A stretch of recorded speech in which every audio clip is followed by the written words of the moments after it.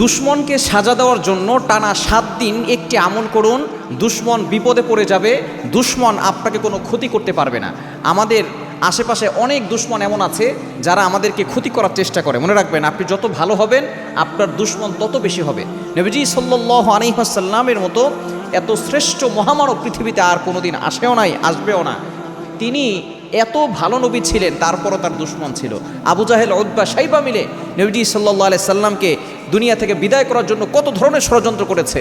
সুতরাং আপনি যখন ভালো কাজ করবেন, হকের পক্ষে থাকবেন, তখন দুশ্মন আপনাকে ক্ষতি করার চেষ্টা করবে। এই দুশ্মনকে সাজা দেওয়ার জন্য, সে যাতে করে আপনাকে ক্ষতি করতে না পারে, আপনি টানা 7 দিন একটা আমল করতে পারলে দেখবেন দুশ্মন বিপদে পড়ে যাবে, দুশ্মন আপনার বাধ্য হবে, দুশ্মন শেষ হয়ে যাবে, দুশ্মন আপনাকে কোনো ক্ষতি করতে পারবে না। এই আমলটা করতে হবে ফজরের নামাজের পরে। কিভাবে করবেন বলে দিচ্ছি।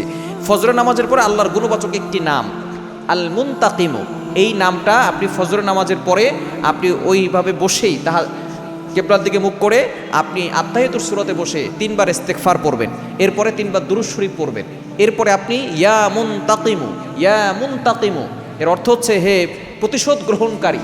আপনি এটা যদি 1000 বার পড়তে পারেন, টানা 7 দিন পড়লে যে আপনার সাথে দুশ্মনী করছে, দুশ্মনী থেকে আল্লাহ তাআলা তাকে আপনাকে হেফাজত করবেন এবং সে এমন একটা বিপদে পড়ে যাবে, সে আপনাকে কখনো আক্রমণ করতে চাইবে না।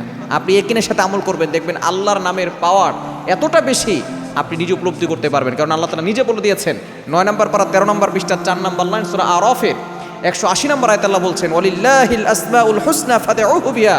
আল্লাহর এই গুণবাচক নাম করে দোয়া করলে আল্লাহ তাআলা সাথে সাথে কবুল করেন। আপনি ইয়াকিনের সাথে টানা 7 দিন আমল করবেন, দুশ্মন শেষ হয়ে যাবে ইনশাআল্লাহ।